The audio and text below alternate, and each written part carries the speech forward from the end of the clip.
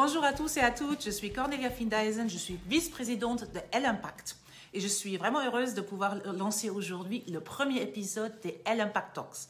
L-Impact, c'est quoi? C'est un collectif d'hommes et de femmes et nous sommes engagés pour œuvrer au succès de l'entrepreneuriat au féminin et à la réinsertion des filles dans les sciences et la tech. Pourquoi? Parce que nous pensons que les femmes, ils sont totalement sous-représentées et sous-financées et que nous ne trouverons pas ça normal. Et parce que nous sommes convaincus que le monde sera meilleur si les femmes participent pleinement aux innovations et aux projets d'avenir. Et en plus, nous savons que l'on peut agir pour y parvenir.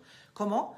Par exemple, en donnant de la visibilité et de la voix aux femmes qui osent l'entrepreneuriat et les carrières scientifiques.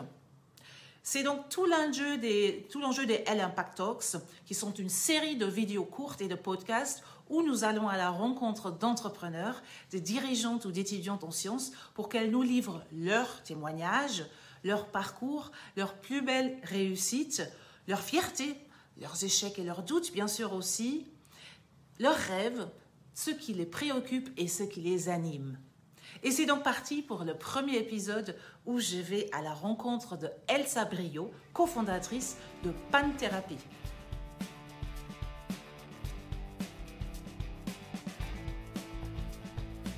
Bon, donc, bonsoir Elsa, puisqu'on est déjà le soir. Donc, je suis très, très heureuse de pouvoir échanger avec toi pour le premier épisode des L-Impact Talks, où on va donner la parole aux femmes entrepreneurs, aux femmes dirigeantes, aux femmes dans la science. En plus, tu es un peu les deux quand même.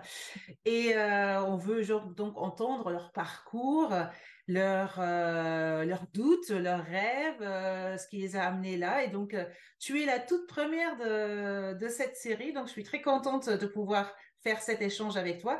Et je te propose tout de suite de te présenter, ton parcours, d'où tu viens, en quelques mots, peut-être nous dire aussi qui tu es dans ta vie perso et de nous dire qu'est-ce que c'est que Panthérapie. Merci beaucoup, ravie d'être la marraine de ce poste. Alors, donc moi je m'appelle Elsa Brio. Effectivement, j'ai une formation scientifique, j'ai un doctorat en neurosciences. J'ai d'abord travaillé dans le milieu académique à la recherche de l'effet des polluants environnementaux, et puis ça fait 15 ans que je suis passée du côté privé pour développer des produits innovants en santé. Et on a créé Panthérapie avec deux chercheurs du Collège de France et le docteur Luc-André Granier en mars 2021. L'objectif de Panthérapie, c'est de développer des thérapies pour les maladies neurologiques et en premier lieu l'épilepsie résistante de l'enfant. Je reviendrai certainement dessus. Et sinon, moi, je suis aussi maman de deux grands ados qui ont 14 et 16 ans. Et je suis très militante dans pas mal de choses, et en particulier au sein des éclaireuses éclaireurs de France depuis très longtemps, que c'est du scoutisme laïque. Et voilà, j'essaye de faire d'autres choses que l'entrepreneuriat aussi à côté. D'accord, c'est impressionnant, hein. Waouh, est-ce que tu peux préciser un peu plus comment tu t'es lancé justement, donc déjà dans des études scientifiques, qu'est-ce qui t'a stimulé pour faire ça et où est-ce que tu te voyais plus tard quand tu étais un peu plus jeune, voire petite? Alors, ce qui m'a lancée dans les études scientifiques, bah déjà j'ai eu la chance de baigner dans un milieu scientifique depuis toujours, puisque mes deux parents sont professeurs de mathématiques. Donc c'est vrai que j'ai été ouverte à la science depuis très longtemps, mais ce qui m'a vraiment accroché en particulier sur la biologie, c'est mes professeurs. Et un énorme big up à mon professeur de cinquième qui m'a vraiment passionnée et qui m'a décidé à suivre des études en biologie. J'avoue qu'au départ, je n'avais aucune idée du métier que je voulais exercer. La seule chose que je voulais, c'était continuer d'apprendre parce que je trouvais ça vraiment passionnant, et mon objectif, c'était vraiment de comprendre comment marchait le corps humain. Donc naturellement, je me suis engagée dans des études de biologie à l'université, et j'ai dévoré année après année, et j'ai trouvé que le truc le plus compliqué c'était le cerveau, donc je me suis dit que j'allais essayer de comprendre comment marchait le cerveau, même si on n'en sait toujours pas grand-chose. Et donc j'ai eu la chance de pouvoir continuer mes années d'université comme ça parce que ça m'intéressait par appétit, et aussi parce que j'avais des professeurs très passionnants. Voilà. C'est vraiment très intéressant de savoir ça parce que donc là tu dis en cinquième, c'est-à-dire Au collège, ça a été un peu Mm, décisif et comme souvent on l'entend, c'est quand même l'influence d'une figure un peu modèle, exactement. qui va nous donner la main pour nous amener à quelque chose qui souvent semble quand même être un peu plus compliqué à suivre pour les enfants, pour les filles, non pas d'un point de vue intellectuel, mais parce que la société les voit moins quand même dans ces carrières-là. Donc, merci à ce prof. Un énorme merci à ce prof. On a besoin de ce type de prof qui montre un peu la voie et qui booste notamment les filles. Oui, et je pense que c'est aussi ce que j'apprécie dans l'impact, je pense que l'intervention de gens qui travaillent dans la science très tôt peut montrer aussi à quel point c'est concret. Moi, ce qui m'a beaucoup aidé avec ce prof, c'est que on a fait beaucoup de TP, on a fait des choses très concrètes, on a vu comment ça marchait, on a fait des expériences. Et c'était justement passionnant parce qu'il nous emmenait dans une histoire et comme dans une enquête. Et je pense que ça peut aider aussi même les filles à se dire c'est possible, c'est concret et je peux le faire.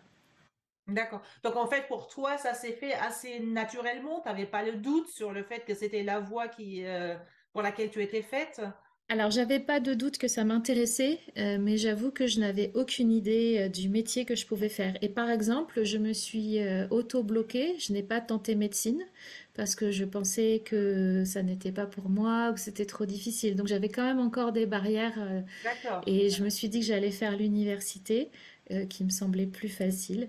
Et je suis partie comme ça. Mais c'est vrai que déjà, j'avais quand même des parents qui étaient dans le milieu scientifique, donc ils m'ont encouragée à faire des études. Je pense que c'est aussi très important. Il faut trouver des mentors qui vous aident et qui vous tiennent la main. Ça peut être des professeurs. Moi, j'ai eu la chance aussi d'avoir mes parents. Mais ça peut être aussi des personnes à côté, des amis ou des référents.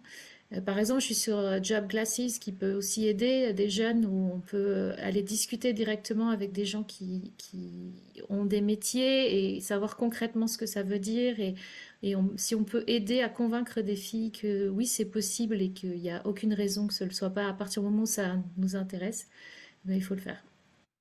Super. OK. Donc, on va parler un petit peu de panthérapie. Mhm. Qu'est-ce qui t'a amené vers panthérapie? Qu'est-ce qui t'a poussé à entreprendre? Est-ce que c'était prévu que tu entreprennes ou c'est plutôt la panthérapie qui t'a amené à l'entrepreneuriat? Comment ça s'est construit? C'était pas du tout prévu que j'entreprenne. Je me disais là encore que c'était pas fait pour moi. C'est vraiment le projet et le cofondateur, donc le docteur Luc-André Granier, avec qui j'avais travaillé précédemment. Donc ça fait 15 ans que je travaille dans différentes sociétés, des petites sociétés de biotech ou de medtech en France. Et j'ai eu l'opportunité dans mon parcours de travailler à Advicen Pharma avec Luc-André. Et en fait, j'y reviendrai peut-être, mais la biotech, c'est compliqué. On a des embûches, des fois ça s'arrête. Et après un arrêt, il m'a proposé justement de m'associer avec lui pour porter ce projet qui vient de deux chercheurs du Collège de France. Ce qui m'a motivée, c'est déjà les gens, parce que c'est deux chercheurs exceptionnels et très intéressants. C'est aussi parce que j'étais avec lui et que c'est un vrai mentor et qu'il a une personnalité extrêmement bienveillante. Et évidemment, le projet. Parce que je crois en projet et je suis persuadée qu'on peut apporter une solution aux enfants. Donc voilà. Super, super. Et comment oui, est-ce qu'il y a eu peut-être une phase un peu plus marquante, une phase vraiment déclencheur où tu t'es dit, bah maintenant vraiment je vois là, je vais là-dedans, ou est-ce que ça s'est construit un peu progressivement parce que tu étais de plus en plus, bon, il te l'a proposé de venir dans l'aventure. C'était progressif ou il y avait vraiment un jour marquant ou un événement marquant pour que tu dises, Banco, je me lance là-dedans. Je crois que j'ai dit banco tout de suite. En fait, c'était très particulier. C'était pendant le Covid.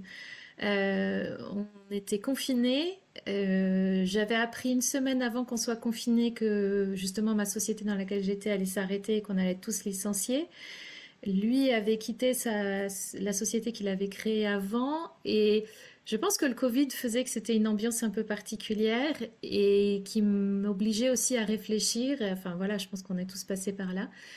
Et peut-être que enfin, que j'avais mûri dans ma tête et que je m'étais dit aussi, après justement avoir eu pas mal d'échecs de sociétés qui avaient fermé, etc.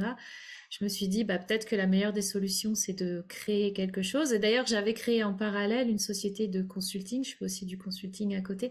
Donc, je pense que moi aussi, j'avais mûri de mon côté et c'était une belle opportunité qu'il me le propose à ce moment-là. Mais oui, ça a été un Zoom ensemble et il me l'a proposé et je crois que j'ai dit oui tout de suite. D'accord. C'est intéressant parce que là, tu dis que finalement aussi que des quelques phases d'échec, Oui, des crises qui ont finalement fait mûrir en toi cette capacité à te lancer et dire, bah, autant. Donc la crise qui crée l'opportunité en fait aussi, non? exactement. En fait, dans les événements marquants, c'est vraiment ça. Donc, j'ai eu l'opportunité de faire beaucoup de beaux projets, mais j'ai quand même perdu mon emploi 3 fois. Alors, c'est pas ma faute, mais c'est parce que la biotech, c'est très risqué. Soit on trouve pas de financement, soit ça ne marche pas, enfin, ou soit on est racheté. Et à chaque fois, c'est très douloureux. Ça peut même être assez traumatisant. Enfin, voilà. Bien sûr. Et finalement, c'est ces échecs-là qui m'ont appris le plus euh, à, à savoir ce que je ne voulais plus derrière, à savoir ce que je voulais justement. Et je pense que c'est aussi grâce à ça que je suis arrivée à l'entrepreneuriat. Et c'est aussi ça qui me sauve dans l'entrepreneuriat, qui me laisse ne pas m'oublier. Parce que l'entrepreneuriat, ça peut aussi prendre beaucoup de temps, beaucoup d'énergie. Mm. Et d'avoir eu des échecs, ça rappelle que ça n'est qu'un travail. Alors, c'est quand même un travail qu'on fait avec le cœur et qu'on fait sans compter. Mais ça rappelle qu'il y a des choses à côté. Et donc, c'était extrêmement enrichissant d'avoir aussi vécu ces échecs. D'accord, c'est super. Et donc maintenant, c'est quoi les objectifs pour toi, pour Panthérapie? Comment tu vois le développement de ce beau bébé? Alors, Thérapie aujourd'hui, on a la chance d'avoir un premier produit qui est prêt à être testé chez les patients dès l'année prochaine. Donc, développer des médicaments, c'est assez long, mais là, on arrive presque à la fin, entre guillemets. Et l'objectif, c'est vraiment de pouvoir le donner aux patients et voir si ça marche. Donc, ce que je souhaite à Panthérapie, c'est déjà que ce premier traitement marche et qu'on puisse le tester rapidement chez les patients et qu'on puisse aider des patients. Et surtout, derrière, il y a plein d'autres bébés disponibles, il y a plein d'autres molécules et plein d'autres pathologies qui pourraient être intéressantes et qu'on pourrait aider. Donc, ce que je souhaite, c'est vraiment qu'on arrive à créer une structure pérenne, à consolider l'équipe, à créer de l'emploi en France et à vraiment avoir une autre vision sur les médicaments et l'innovation en créant un endroit où il fait bon vivre pour travailler. On fait tout aussi de façon équitable, que ce soit sur le genre ou sur le reste. Donc, on fait très attention aussi à ça dans Panthérapie. Voilà. Oui, bah, sinon tu ne serais pas là. C'est ça. Et ça serait où alors si vous grandissez, ça sera où en France? Bon, ça sera à terme peut-être partout en France, voire ailleurs. Oui, Mais dans... Fan Thérapie aujourd'hui est créée à Nîmes, donc on est dans Ouais, le sud de la France. On a aussi, donc on a des bureaux à Nîmes, on a aussi un bureau et un laboratoire à Paris puisqu'on travaille avec sur la base d'une idée du Collège de France. La majorité des emplois se feront en Occitanie, à Nîmes.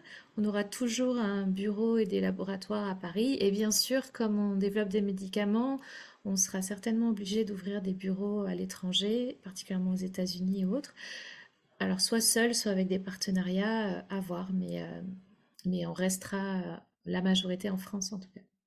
d'accord. On entend qu'à travers du projet Panthérapie, tu le disais déjà, c'est qu'un travail, mais c'est quand même un travail qui te porte et que tu fais avec le cœur. C'est aussi un travail dans lequel tu arrives à exprimer des valeurs peut-être qu'on t'a transmises, que tu souhaites à ton tour transmettre, au-delà, bien sûr, des questions de transparence, de parité, mais c'est vraiment aussi le cœur du sujet de Panthérapie, d'apporter quand même des solutions au monde qui fait que tu arrives peut-être aussi à te dépasser. Bien sûr, je pense que c'est aussi une des voies qui explique pourquoi les études scientifiques peuvent être intéressantes pour... Enfin, souvent les filles arrivent dans des études scientifiques parce qu'elles veulent donner du sens. Alors c'est très cliché ce que je dis, mais malheureusement c'est vrai. C'est bien pour ça qu'on voit qu'il y a le plus d'infirmières et autres. Et on voit qu'en médecine, le nombre de filles augmente, tant mieux. Mais déjà, il faut porter le sens, c'est très important, porter ses valeurs et avoir l'ambition de changer le monde à sa petite échelle, c'est extrêmement important. Il ne faut pas oublier non plus qu'on a le droit de voir grand, on a le droit de voir loin, on a le droit de se dépasser et on a le droit d'être porté et de porter aussi des gens avec nous. On a le droit de transmettre des choses et d'être aussi mentor plus tard et d'aider d'autres à se développer. Donc oui, à la base, c'est pour porter des valeurs qui sont très fortes et qui m'ont été apportées par mes études et par mon éducation. Mais ça grossit en boule de neige aussi, de par justement ce travail en équipe, de par l'entrepreneuriat en lui-même, qui oblige à mettre vraiment ses tripes sur la table et à continuer.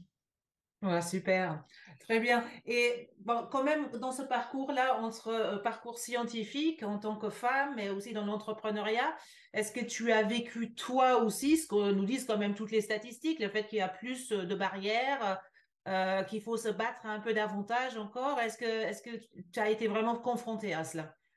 Oui, alors moi, dans ma chance, c'est que je ne suis pas seule, je suis accompagnée d'un homme. Oui, c'est vrai. Et que quand même les statistiques disent que c'est plus facile pour les équipes mixtes. Malgré tout, oui, on a eu ce sentiment et j'ai ce sentiment au quotidien quand tu te retrouves dans des réunions où c'est majoritairement des mâles blancs de plus de 60 ans et que c'est à toi qu'on demande un café ou de faire les notes. Voilà, il y a des clichés qui restent, donc contre lesquels il faut se battre. Euh, et on reste quand même dans un domaine où la majorité des financements sont tenus par des équipes masculines. Mm. Alors, il y a des choses qui sont en train de changer, il y a des biais inverses. De plus en plus, il y a des fonds d'investissement ou autres qui disent qu'ils veulent investir aussi plus dans des femmes. Alors, je rêve d'un jour où on se posera plus la question de si c'est un homme ou si c'est une femme. Mais si on peut surfer là-dessus pour au moins montrer des exemples au départ et casser les codes pour qu'après on se pose plus de questions, bah, faisons-le. Mais oui, effectivement, on a des difficultés à se financer. Mais bon, après, toutes les bibliothèques ont des difficultés à se financer. Savoir dans quelle mesure c'est parce que, il y a une équipe féminine ou pas, c'est difficile à mesurer. Mais voilà, c'est plus dans des échanges au quotidien où je vois que les attitudes sont pas forcément les mêmes face à moi ou face à mon associé.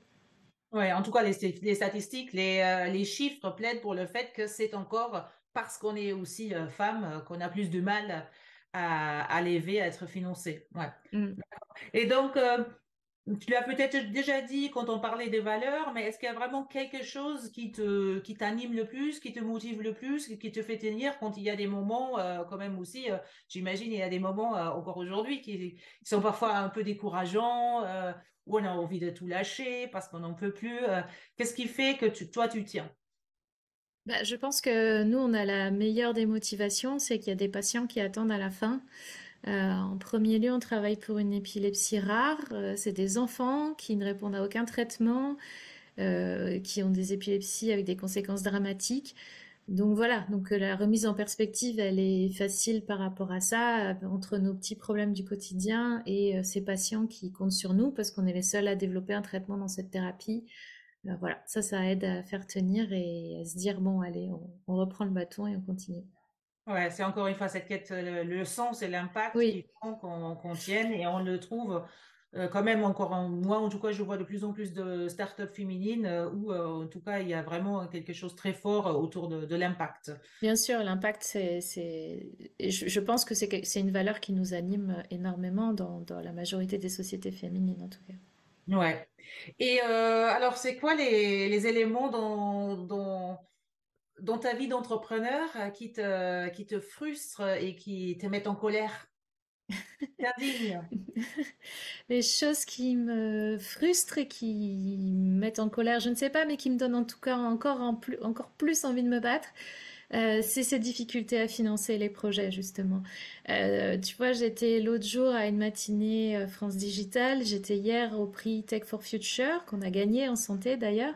Euh, et on parle beaucoup de tech, que c'est super, l'impact c'est super, etc. Mais dès qu'on arrive à le financement, on dit ah non, mais pas la biotech, c'est trop compliqué. Ah non, mais la biotech, c'est un business trop difficile, c'est pas pour nous. Et je souhaite que cette barrière-là tombe aussi et que tout le monde nous dit c'est vous qui avez le plus d'impact, qui avez le plus de sens. Et ben alors faites-nous confiance et n'ayez pas peur. Et j'aimerais qu'il y ait plus de gens qui prennent le risque d'investir. Alors oui, c'est risqué. Oui, bien sûr, c'est un modèle particulier. Mais je pense qu'il faut oser et je trouve qu'il y a de moins en moins d'acteurs qui osent, justement. Et il faut oser aussi sur des équipes féminines et il faut oser aussi sur des projets très innovants. Donc Mm. ça m'anime et je vais lutter encore pour que ce soit le cas. Oui, ça va être important parce que là, effectivement, ce qui est recherché, c'est un peu trop le succès trop facile et Exactement. trop évident. Quand tu vois qu'il y a plein de sociétés, alors c'est très bien pour elles, hein, mais qui lèvent des dizaines de millions en faisant de l'intelligence artificielle, en faisant des data, en faisant des dispositifs médicaux, des choses qui sont plus rapides et moins risquées, c'est très bien. Mais la biotech est un peu le c'est pour compte de tout ça. Donc voilà, donc j'espère que ça va changer et que je me disais le post-Covid va faire que les gens comprennent que la santé c'est très important, le fameux monde d'après. On n'y est pas encore au monde d'après. Je pense que les gens sont convaincus, la population est convaincue. Maintenant, il faut que ça remonte Mm, et il faut que les banques, les institutions, les investisseurs soient convaincus également et mm, croient en nous. mm.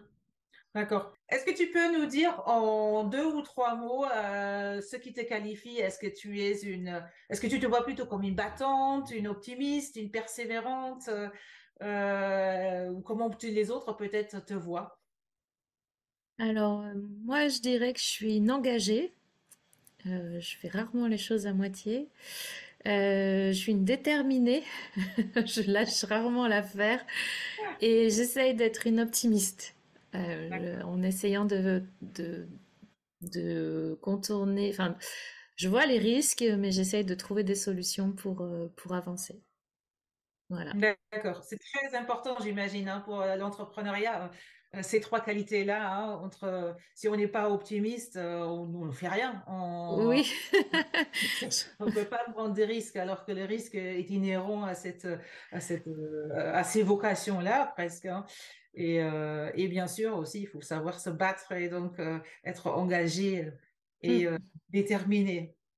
Euh, Est-ce que tu penses que soit dans le parcours ou dans la façon de porter l'entreprise, même, elle est quand même très jeune encore, hein, est-ce que Mhm. tu vois déjà des trucs que tu aurais fait différemment maintenant avec les reculs? Est-ce qu'il y a eu des erreurs de fait, même si on fait toujours des erreurs, mais est-ce que tu en vois quelques-unes sur lesquelles tu feras peut-être un peu différemment aujourd'hui? Dans l'entrepreneuriat, alors c'est vrai qu'on n'a pas énormément de recul et puis surtout on a beaucoup le nez dans le guidon, donc c'est difficile de prendre du recul. À ce stade, non, il n'y a pas des choses que je ferais autrement parce que vraiment je l'ai fait avec des gens en qui je crois et on est surtout toujours extrêmement alignés. Donc ça, en fait, si je pouvais donner un conseil, c'est avant de se lancer dans l'entrepreneuriat, s'assurer qu'on est aligné avec les personnes. Parce que la chance qu'on a eue, c'est que donc on a discuté en 2020 et on a créé qu'en 2021. On a pris le temps de se connaître, de tester les choses, de tester les business models, etc. Et je pense que justement, ça nous a aidé à être sûr qu'on avait envie de partir ensemble. Tu me demandais tout à l'heure, est-ce que ça a été immédiat ou pas? Ça a été immédiat, le oui, on essaye, mais ça n'a pas été immédiat, vas-y, on s'associe et c'est parti. On a quand même pris le temps de travailler ensemble et de voir qu'on pouvait et qu'on était d'accord pour travailler ensemble.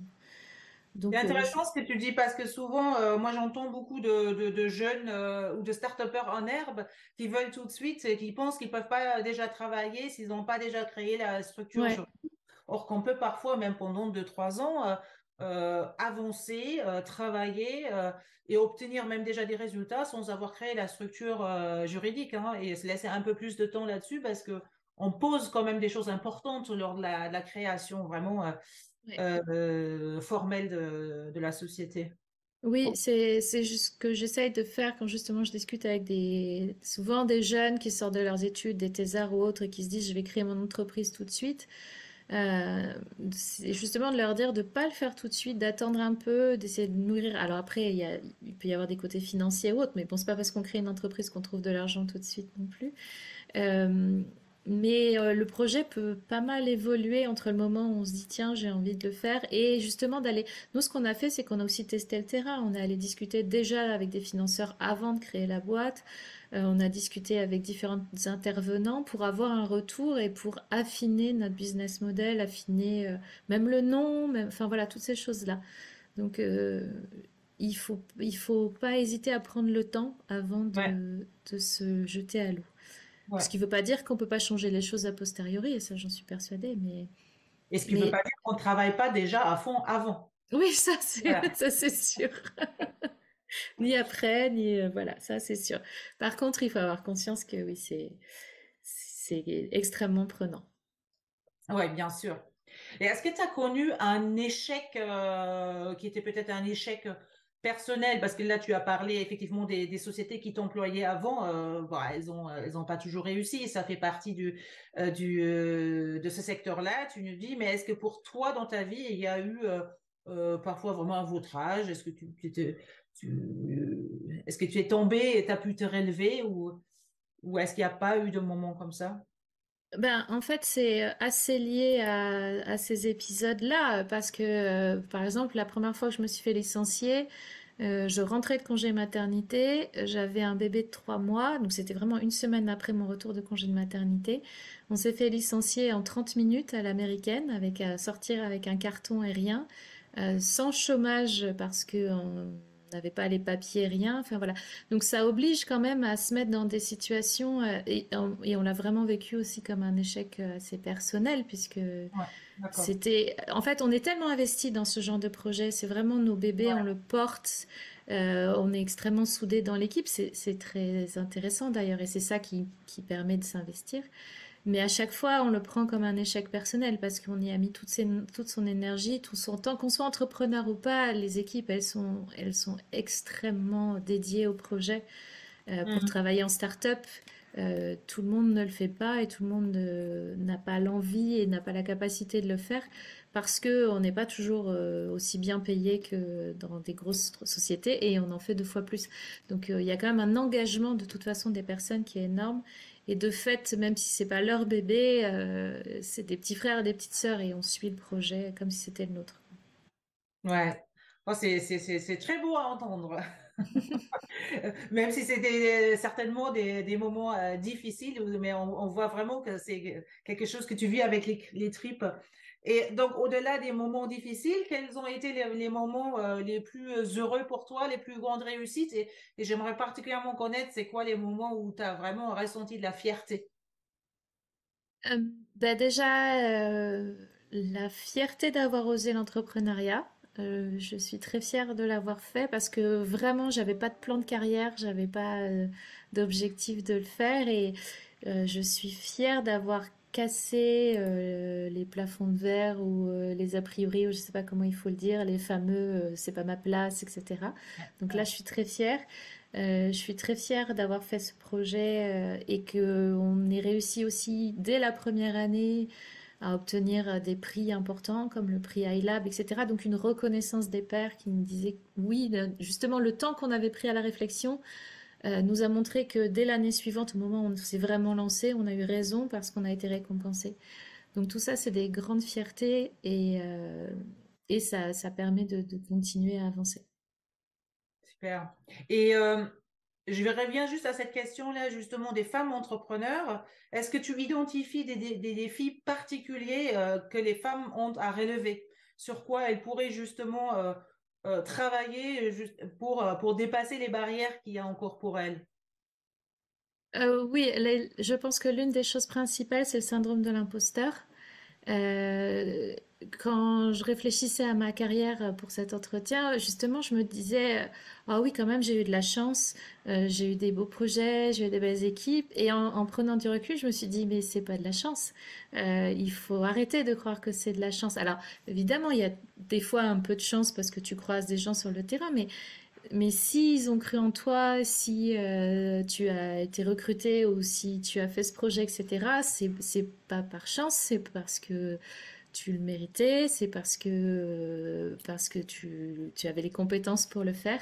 Donc je pense que là-dessus, on peut encore énormément travailler et c'est aussi pour ça qu'on n'ose pas se lancer dans l'entrepreneuriat.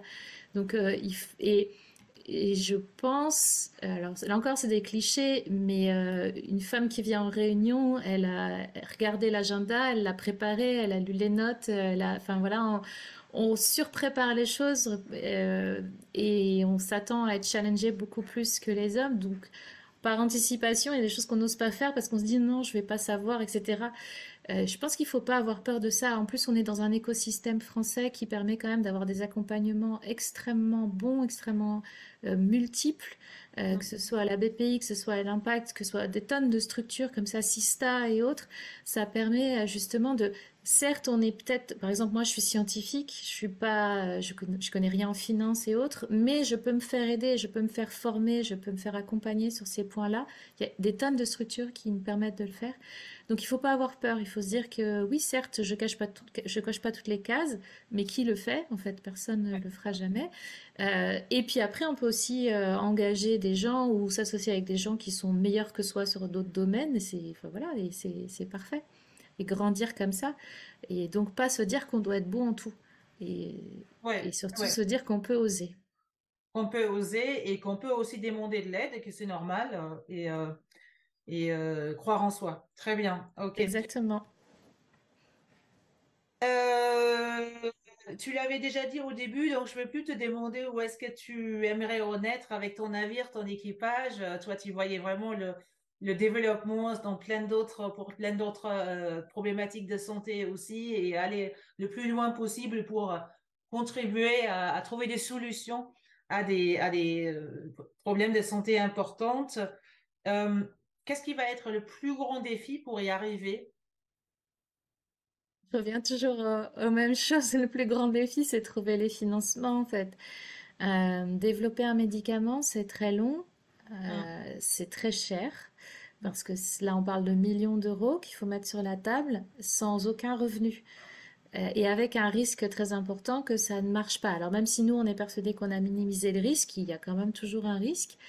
Donc il faut trouver des gens qui nous fassent confiance en nous mettant un chèque sur la table et en nous disant, ben, allez-y, dépensez-le et on verra dans 2, 3 ans si j'arrive à récupérer de l'argent grâce à ça.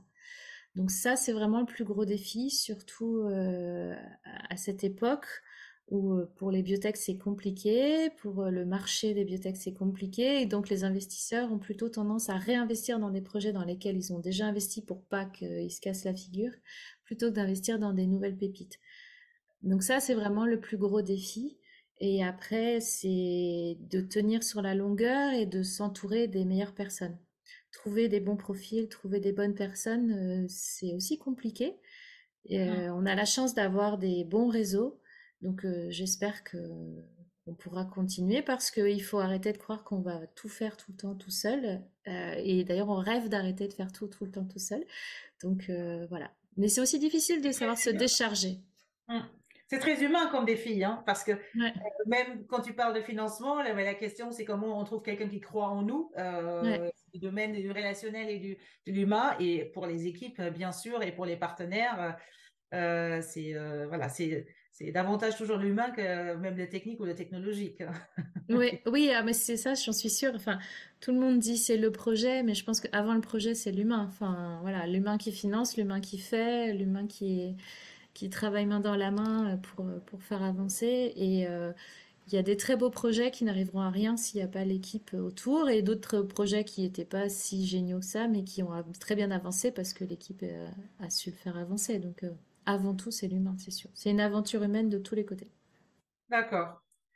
Si aujourd'hui tu étais obligé de lâcher le bébé panthérapie dans 3 semaines, de ne plus du tout en être pour des raisons peu importe, hein, bah, qu'est-ce que tu ferais pendant les 3 semaines qui te resteraient pour le mettre sur les meilleurs rails? Qu'est-ce que tu ferais Euh, Bah, je ferai tout pour transmettre le plus de choses pour que le faible historique, mais il y a quand même un petit historique, soit pas perdu. Et pour m'assurer que ceux qui le prendront après feront en sorte qu'ils suivent les mêmes rails. Alors, ils peuvent le faire différemment, mais en gros, que les rails aillent jusqu'au patient. Que ce soit pas pour le mettre sur une étagère ou arrêter le produit ou faire juste du profit. Voilà, donc Ouais. je ferai tout pour m'assurer de ça. Et après, s'il peut grandir sans moi et grandir mieux, bah tant mieux. Enfin, c'est tout ce que je souhaite. L'objectif est pas de m'accrocher. Il vaut mieux qu'il grandisse, que Panthérapie grandisse mieux autrement que pas avec nous. Donc le quitter, D'accord. ce sera douloureux, mais ça peut se faire si c'est la meilleure chance pour Panthérapie. D'accord. Et bon, de façon beaucoup plus pragmatique, mais un peu dans les mêmes vibes, qu'est-ce que tu ferais? Donc, c'est quoi aujourd'hui une journée type Ouh, il y en a pas. d'entrepreneur Elisa? Il n'y a pas vraiment de journée type. Alors, ma fille dirait que moi, je fais des exposés toute la journée Parce que tu pitches. parce que je pitch, parce que je fais des slides, parce que j'envoie des documents, etc. Donc, voilà. Donc, ça, c'est vraiment quand même une grosse partie des journées pour essayer justement de convaincre les gens, soit de travailler avec nous, soit enfin, aussi de travailler avec nous, mais via l'investissement. C'est quand même beaucoup de journées devant l'ordinateur, soyons honnêtes. Même les échanges avec les gens se font maintenant beaucoup par ordinateur. Mais je n'ai jamais une journée type et quand je pense avoir une journée où je vais faire quelque chose, le soir, je sais que j'aurais fait mille autres choses. Donc, mais c'est ce que j'adore. Je suis Ouais, très ouais. heureuse de me réveiller le matin et de me dire, alors, que va être cette journée? Eh bien, on D'accord. verra. Et combien d'heures par jour alors? Ouf. Tu ne comptes même pas parce que j'imagine que tu t'endors avec, tu te réveilles avec.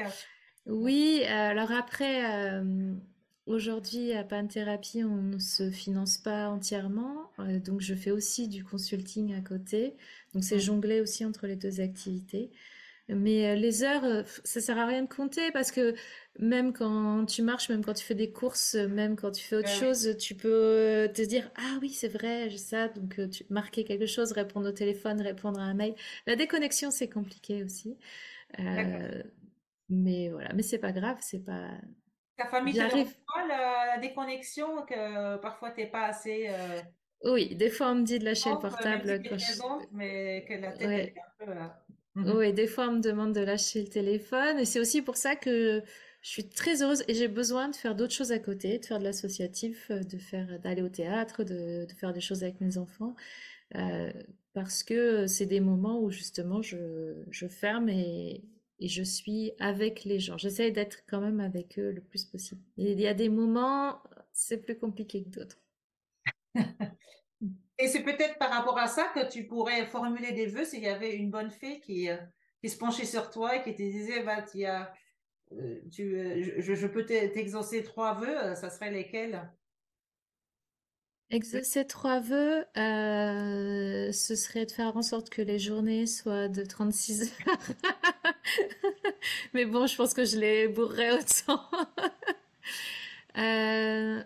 Les trois vœux, bah, ce serait déjà oui, de me seconder, de trouver des gens compétents et motivés et que je puisse les financer pour poursuivre l'aventure et m'aider à lâcher, à faire confiance et à donner une partie de tout ça. Euh, et après, les vœux, ils sont aussi pour le projet, de faire en sorte que ça marche, Bah oui, de faire en sorte que ça apporte vraiment une solution aux patients. Ça, ce serait le plus beau des vœux. magnifique.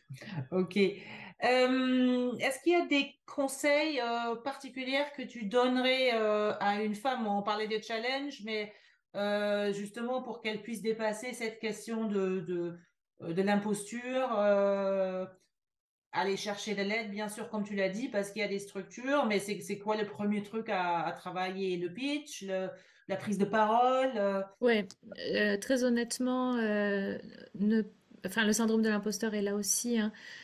S'entraîner à prendre la parole quand on est autour d'une table et que justement on est la seule femme, et ben imposer sa parole et ne pas avoir peur de l'imposer, ne pas toujours commencer par je suis désolée, je m'excuse ou finir ses phrases comme ça. Je suis la première à le faire, donc voilà. Et travailler la prise de parole percutante. S'il faut le travailler en amont, donc c'est un peu le pitch, hein, mais c'est ce c'est ce qu'on enseigne aussi dans tous ces programmes, de savoir pitcher en 10 secondes, en 20 secondes, en 30 secondes. Enfin voilà, s'il faut les apprendre, si comme ça on est plus confortable, ben, le faire et avoir des phrases types. Et en fait, quand on apprend par cœur et quand on commence par une phrase, après le reste vient tout seul. Donc il faut presque se faire des phrases qu'on apprend et c'est comme des mémos. Et après, ça nous donne confiance et c'est plus facile de se lancer, quel que soit le public en face, parce qu'en en fait, on le voit plus et on se lance. Et il faut vraiment toujours se dire que ce projet, c'est le sien et que même si ceux en face ont un avis, on prend l'avis, mais on le prend de façon bienveillante, on le prend pas en plein cœur. On ne le prend pas en s'écroulant à la fin en se disant oh là là mon Dieu il a raison c'est nul etc. Il faut toujours essayer de garder une distance entre les deux Ouais. et de prendre le temps d'analyser les choses a posteriori et s'entourer, demander de l'aide en perso, demander de l'aide dans le boulot, demander de l'aide partout. Il n'y a aucune honte à demander de l'aide. On n'est pas parfaite, on ne sera jamais. On peut pas être des super mamans, on peut pas être des super épouses, on peut pas être des super entrepreneurs, on peut pas être tout ça. Accepter de pas être super dans tout ça, mais voilà. De faire du mieux. De De faire de faire au son mieux, mieux. voilà. Voilà. C'est intéressant ce que tu dis aussi sur la oser prendre la parole, notamment dans des réunions. Tout à l'heure, tu disais que c'est les femmes qui préparent le plus les Mm, réunions et en même temps, c'est elles qui prennent le moins la parole, hein. On parle du exactement. heading aussi en réunion. Les hommes ont peut-être moins préparé, mais ils n'ont pas de souci pour prendre la parole et pour couper Ouais, la parole, semble-t-il aussi, hein. C'est des statistiques là aussi qui oui, malheureusement nous le disent encore. ouais. Donc je pense que, enfin, ne pas avoir peur de s'affirmer. Et on peut le faire de façon très gentille et très polie, mais s'affirmer quand même. Voilà. Ouais. T'as une petite astuce qui te permet, parfois quand tu as un moment difficile, de reprendre un peu là-dessus ou pour te remotiver? Est-ce qu'il y a un leitmotiv? Est-ce il y a des gens qui font des exercices de respiration ou voilà, qui se collent des citations sur le mur? Est-ce que toi, tu as ton petit truc, ton petit gris-gris qui t'aide quand c'est un peu compliqué?